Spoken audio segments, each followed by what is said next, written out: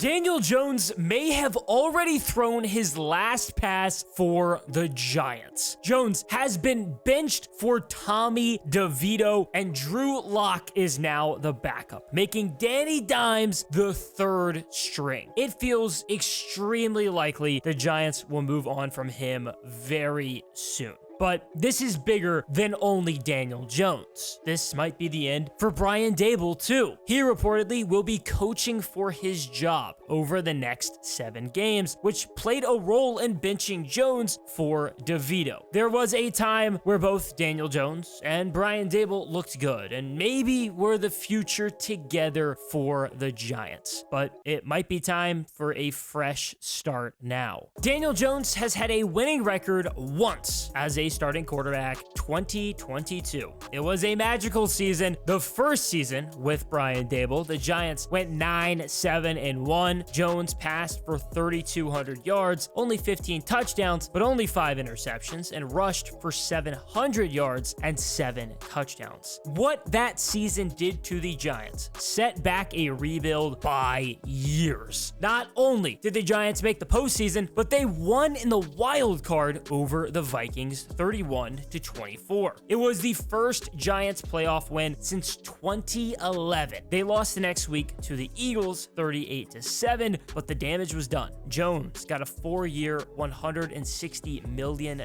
extension, something the Giants have definitely regretted. There is a potential out after the season, so the Giants will get out of the remaining $78 million owed, but have $22.2 million in dead cap next season. By him not playing for the rest of the year, he can't get hurt, and the Giants won't have to pay a $23 million injury guarantee. Drew Lock has a lot of incentives to his contract, so Tommy DeVito is technically the cheaper option. He signed with the Giants as an undrafted free agent last year and started 6 games for the Giants. Tommy Cutlets went 3-3 with 1,100 yards, 8 touchdowns, and 3 interceptions. He was a sensation, but wasn't necessarily great. Now, it sounds like the future for Daboll relies on him. The 2022 season was great. The Giants had to lock up Daniel Jones and franchise tag Saquon Barkley to keep the band together, and it wasn't worth it. Last season was a mess. The Giants declined to 6-1, and it really didn't help when Jones tore his ACL in week 9. The offensive line gave up 85 sacks, the second most in a season ever. The Giants sucked, straight up. Even with Jones playing, they were awful. He started 1-5. He threw for 900 yards, only 2 touchdowns, and 6 interceptions. Fast forward to now, and the Giants are 2-8 and benching Jones. He has passed for 2,070 yards, 8 touchdowns, and 7 interceptions. Less than a touchdown per game isn't exactly ideal. There is a reason why the Giants are moving on for sure. It's been a really long 6 years for Daniel Jones. The Giants drafted him 6th overall in the 2019 NFL Draft, which was a shock to many people. He was the backup to Eli Manning to start his career before taking over in week 3. He was fine as a rookie, nothing great. He went 3-9, passed for 3,000 yards, 24 touchdowns, and 12 interceptions. It's the most interceptions he's thrown in a season, but also the most touchdowns. The second most was during the 2022 season with 15. His sophomore slump was more than just a slump. I mean, he was horrible. Jones went 5-9. He threw for just shy of 3,000 yards, 11 touchdowns, and 10 interceptions. The next season, he went 4-7 before he was shut down with a neck injury.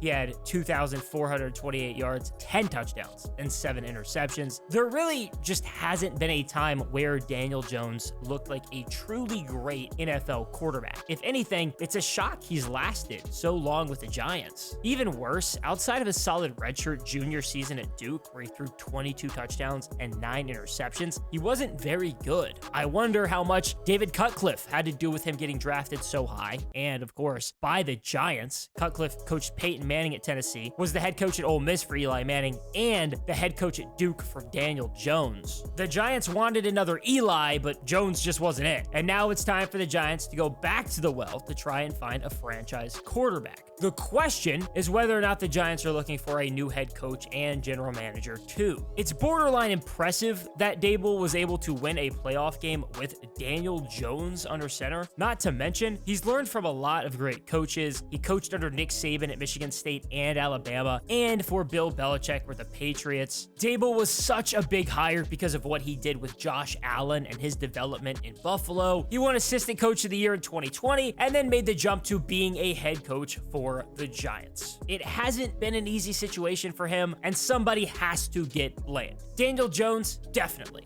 But maybe Daboll or general manager Joe Schoen. Daboll and Schoen were together with the Bills and were hired by the Giants in 2022. There was so much hope after year one, but it's gone. The Giants are a complete mess, and owner John Mara may need to cut ties. John Mara took over as the Giants CEO after his father, Wellington Mara, passed away in 2005. He inherited Eli Manning, and Daniel Jones was the second true starting quarterback for him. As for head coaches, it's been a lot more complicated, at least in recent seasons. Like Eli Manning, John Mara also inherited Tom Coughlin. He was a home run for the Giants. He won the Super Bowl twice, both times over Tom Brady and the Patriots. Coughlin was the coach for really what felt like forever, definitely my entire childhood. He went 102-90 and went 8-3 in the postseason. Then the Giants had to find a new guy. And like when Eli Manning retired and it was time for a new quarterback, it's hard to replicate success. The first swing was on Ben McAdoo, which was a safe hire. He was the offensive coordinator under Coughlin, so he was already in the building